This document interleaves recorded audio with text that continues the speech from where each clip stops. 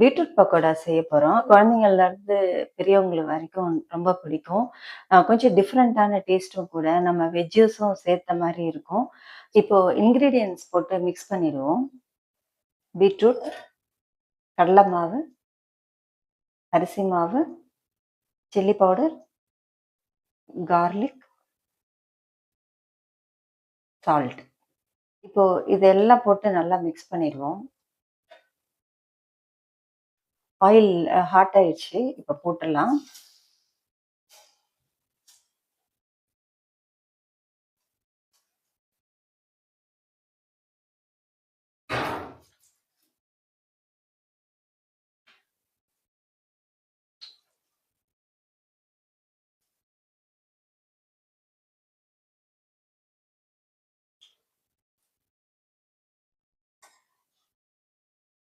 திருப்பி போடலாம் அப்போ. Almost half done. இந்த பபிள்ஸ் எல்லாம் குறைஞ்சிச்சுனாலே குக் ஆயிடுச்சு. நல்லா குக் ஆயிடுச்சு. எடுத்துடலாம்.